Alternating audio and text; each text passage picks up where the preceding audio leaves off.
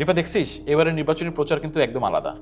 হ্যাঁ, এটাই তো স্বাভাবিক। অনেকদিন পর আলাদা নামে যে নির্বাচন হচ্ছে, আর এখন প্রযুক্তি, সোশ্যাল মিডিয়া এগুলো তো নির্বাচনে গুরুত্বপূর্ণ ভূমিকা রাখবেই। হ্যাঁ, নির্বাচনকে ঘিরে দুইটা গেমস খুবই আলোচনা, ছোট ব্রাউজার গেম কিন্তু খুবই ফানি। কি হয় সেই গেমসে? প্রথমে যে গেমসটা আসছিল সেটার নাম হচ্ছে চান্দা শুনি। এটা আমরা ছোটবেলায় যে ক্লাসিক্যাল প্যাকম্যান খেলতাম, অনেকটা সেই আদলে তৈরি করা। এখানে একজন চাঁদাবাজ বিভিন্ন পেশাজীবীদের কাছে যায়, চাঁদা নেয়।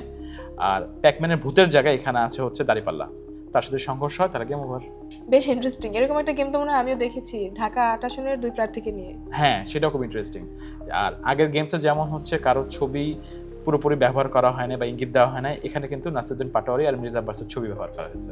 হ্যাঁ, খুবই ফানি। দেখলাম নাসিরুদ্দিন পাটোয়ারি মশা হয়ে মির্জা আব্বাসকে কামড়াতে আসছে, আর যত বেশি মশা মারা যায় তত পয়েন্ট। হ্যাঁ, খুবই মজার এবং এর নামটাও খুব ফানি, সেটা হচ্ছে পাটাব্বাস। সোশ্যাল মিডিয়ায় দারুণ সারা ফেলছে এই গেমটা। কিন্তু এই গেমগুলো বানাচ্ছে কারা এটা কিন্তু আমরা আসলে জানি না এখন। কারা বানাচ্ছে সেটা বোঝা না গেলেও কেন বানাচ্ছে সেটা কিন্তু পরিষ্কার। হ্যাঁ, আর নির্বাচনকে ঘিরে এরকম প্রচারণা কিন্তু এবারই প্রথম।